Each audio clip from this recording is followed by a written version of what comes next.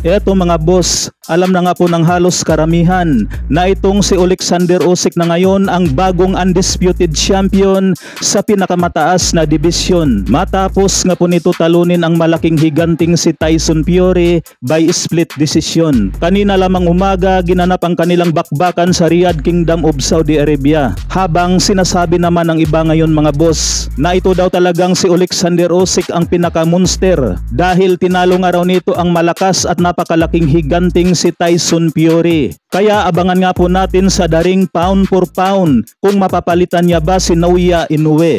So habang may mga nababasa nga po tayo sa comment section mga boss na mas matanda nga raw itong si Fury kay Alexander Usyk. Pero hindi nga po totoo yan mga boss dahil may edad lamang na 35 itong si Tyson Fury habang may edad na 37 itong si Alexander Usyk. Samantala wala nga pong mag-aakala mga boss na masilat itong dating IBF Super Featherweight Champion na si Joe Cordino. Nang matikiyo nga po ito sa round 9 sa kamay ni Anthony Kakasi. Eto mga boss bago nga po ang kanilang laban ay contender number 9 lamang itong si Anthony Kakasi. Number 8 contender mga boss walang iba kundi ang ating pambato na si Mark Magsayo. Ang contender number 6 walang iba kundi ang ating pambato na si Charlie Suarez. Habang ang number 1 contender naman walang iba kundi si Eduardo Nunez. Partida pa nga po yan mga boss dahil bukod sa number 9 contender lamang itong si Anthony Kakasi. May edad na nga po ito na 35 mga boss. Pero isang IBF champion nga po ang kanyang binaklas. Kaya yung ibang mga nagsasabi mga boss na kaya daw ayaw labanan ni Naoya Inoue ang ating pambato na si Cuadro Alas Casimero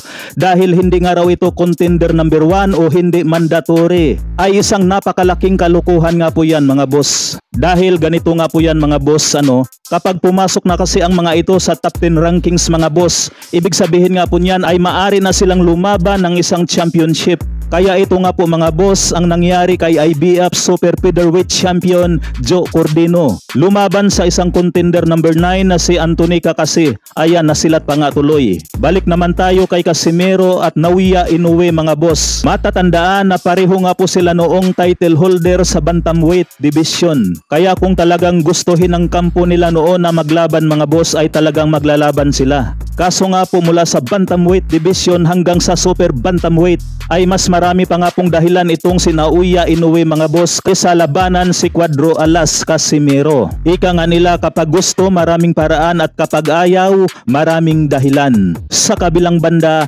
nasilat din ang napakalakas na Emmanuel Navarrete. Kontra ito sa isang undefeated na Ukrainian na si Denis Berinchik. Partida pa nga po yan mga boss dahil may edad na 36 itong Ukrainian habang may edad lamang na 29 si Emmanuel Navarrete. Pinaglalabanan nga po ng dalawa ang bakanting WBO lightweight title kung saan nga po mga boss ay dalawa sa mga hurado ang pumabor dito kay Denis Berinchik sa score na 113-115, 116-112 at 112-116. Bali binaliktad lamang po ng dalawang unggoy na hurado. Dalawang mga hurado ang 116-112 at 112-116. So ayan lamang mga boss, hanggang dito na lang. Maraming salamat po.